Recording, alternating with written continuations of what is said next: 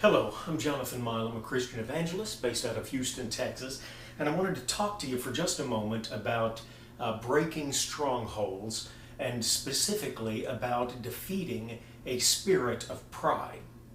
Of course, there's so many scriptures that indicate the importance of this.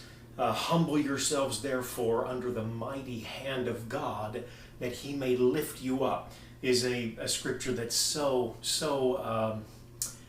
a theme that is emphasized so consistently in scripture.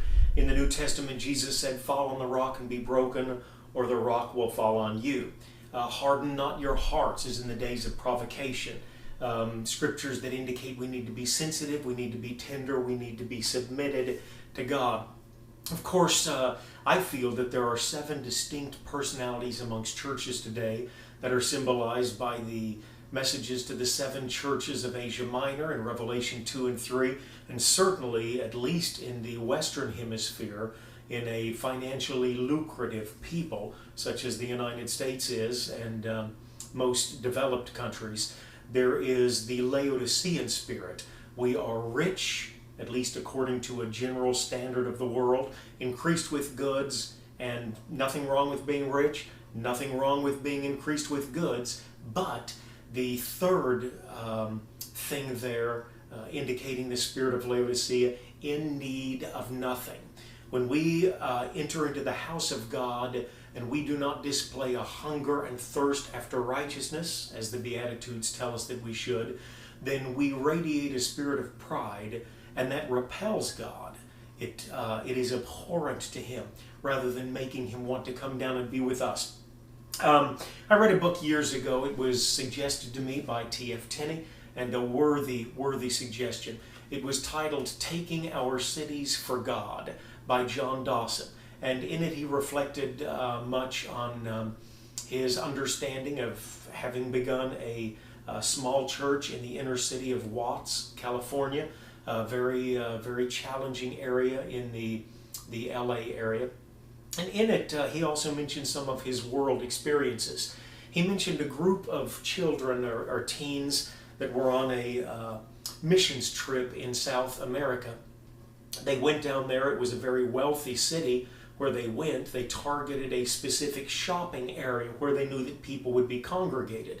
And so they went there, and they were going to have special Christian services. So they handed out leaflets informing people of the upcoming service. And they said the people met them very cordially, and they would take, if pushed, the notice for the services, and they would smile, and then they'd walk on and discard it. A lot of them wound up on the ground. They had a service, if I recall correctly, and it was not good. The attendance was not good. There was little that happened. And they began to realize they were up against a spirit of pride. And so they prayed about it. The next day they went out and they did it.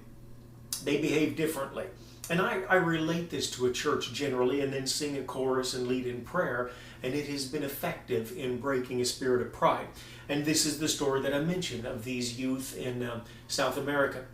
So the next day, fighting a spirit of pride, they went to the shopping center, and they dispersed themselves to the 4 corners of the place, and they just right out there in the open, they knelt down on their hands and knees and began to pray. They began to weep, and they touched God for a mighty spirit of revival. And when they humbled themselves by kneeling and praying, I believe they broke a spirit of pride that had been hindering their attempts at revival and ingathering. And so it was. The tears ran down their face, trickled down onto the pavement, and when they rose then to hand out leaflets and to invite people to the service, people stood in line to be invited and to get the leaflet in their hand. They broke a spirit of pride. A spirit of pride is a great hindrance to many of our churches in America. And I've been fortunate to have preached from San Diego to Boston, and from Miami to Portland. And believe me, pride is one of the primary hindrances we have in not having a liberating move of God. And where God is hindered, there will not be revival as it should be. There will not be healing as there should be. There will not be deliverance as there should be. So when I would go into a church, many times I would have this as a potential action, and many times I moved on it. I would have the musicians begin to play an old chorus, I need thee, oh, I need thee. And for those of you that know it, it goes like this. I need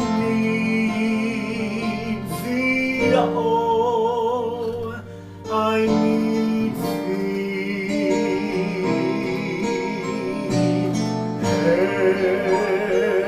every hour, I need thee, oh, bless me now, my Savior, I come to thee.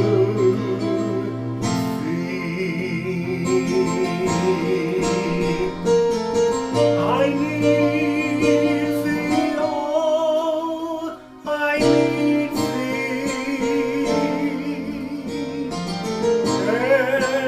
every hour I need thee,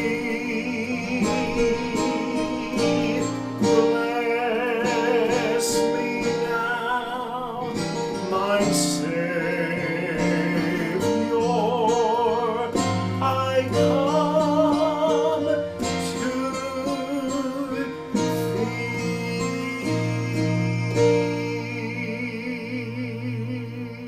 thee. So I would lead congregations in this chorus. And then, if I felt led, and several times I did, I would say, I would like for the men to move out from their seats in the pew and to join me in the aisle. And I would kneel down on the platform or at the front of the church and would just begin singing this, and I would ask the men to get out where they could kneel openly and be seen and join me as we humbled ourselves before God and we sang of our need to Him. I cannot tell you how wonderful a move of God I experienced in many different churches. I've seen men begin to weep, and I've seen their wives incredibly touched, and children that maybe very rarely saw their father pray. And families as they would see the men humbling themselves before God in prayer. That is a way to break the spirit of pride.